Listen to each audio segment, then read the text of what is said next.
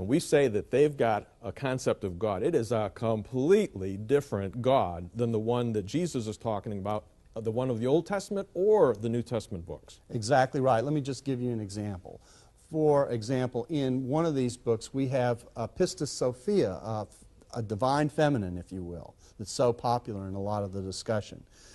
She's responsible for the creation. She creates without consulting her consort. She didn't check with the chief. This is the stuff you find in the Gnostic This library. This is in the Gnostic library. This is the God over here. That's exactly right. And she creates, and she botches the job. I mean, it's a messy creation. In fact, creation is so messed up that the creation itself, the material world, is evil from the beginning.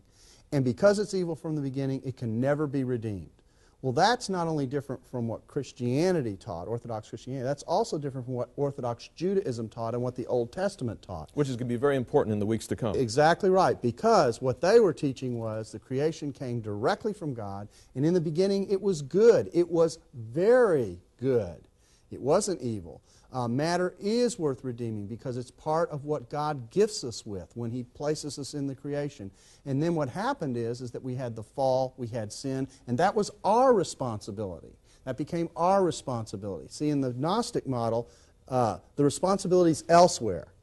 In the Christian model, we're responsible for how we act before God. And of course, our guys don't today, and even a lot of people back then, they didn't like that idea that I'm responsible before God for how I live and accepting His gift of salvation.